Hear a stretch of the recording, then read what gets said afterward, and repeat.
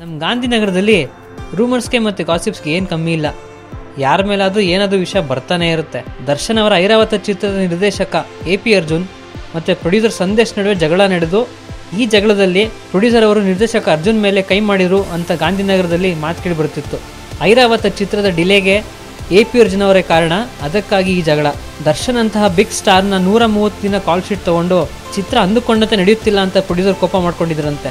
ಅದಕ್ಕೋಸ್ಕರ ಮಾತುಕತೆ ನಡೆದು ಆಮೇಲೆ ಜಗಳಕ್ಕೆ ಬಿದ್ದು, ಅದಕ್ಕೋಸ್ಕರ ಪ್ರೊಡ್ಯೂಸರ್ಗೆ ಕೋಪ ಬಂದು AP ಅರ್ಜುನ್ ಅವ್ರ ಮೇಲೆ ಕೈ ಮಾಡಿದ್ದಾರೆ ಅಂತ ರೂಮರ್ಸ್ ಬಂದಿತ್ತು. ಬಟ್ ಇವಾಗ AP ಅರ್ಜುನ್ ಅವರೇ ಕ್ಲಿಯರ್ ಮಾಡಿದ್ದಾರೆ, ಅವೆಲ್ಲ ಸುಳ್ಳು. ಶೂಟಿಂಗು ಪ್ಲ್ಯಾನ್ ಮಾಡ್ತಿದ್ದಂಗೆ ನಡೀತಿದೆ. ಇನ್ನೂ 5 ದಿವಸ ಶೂಟಿಂಗ್ ಮುಗಿದ್ರೆ ಟಾಕಿ ಪೋರ್ಷನ್ಸ್ ಎಲ್ಲ ಮುಗಿಯುತ್ತೆ. ಆಮೇಲೆ ಬರೀ ಸಾಂಗ್ಸ್ ಮಾತ್ರ ಪೆಂಡಿಂಗ್ ಇರುತ್ತೆ. ಯಾರೋ ನನ್ನ ಟಾರ್ಗೆಟ್ ಮಾಡಿ ನನ್ನ ಮೇಲೆ ಆಗದೇ ಇರೋರು ಈ ಥರ ರೂಮರ್ ಸ್ಪ್ರೆಡ್ ಮಾಡ್ತಿದ್ದಾರೆ ಅಂತ AP ಅರ್ಜುನ್ ಅವರೇ ಸ್ಟೇಟ್ಮೆಂಟ್ ಕೊಟ್ಟಿದ್ದಾರೆ. ಬಟ್ ಈ ವಿಷಯವಾಗಿ ದರ್ಶನ್ ಅವ್ರು ಏನು ಕಮೆಂಟ್ ಮಾಡಿಲ್ಲ.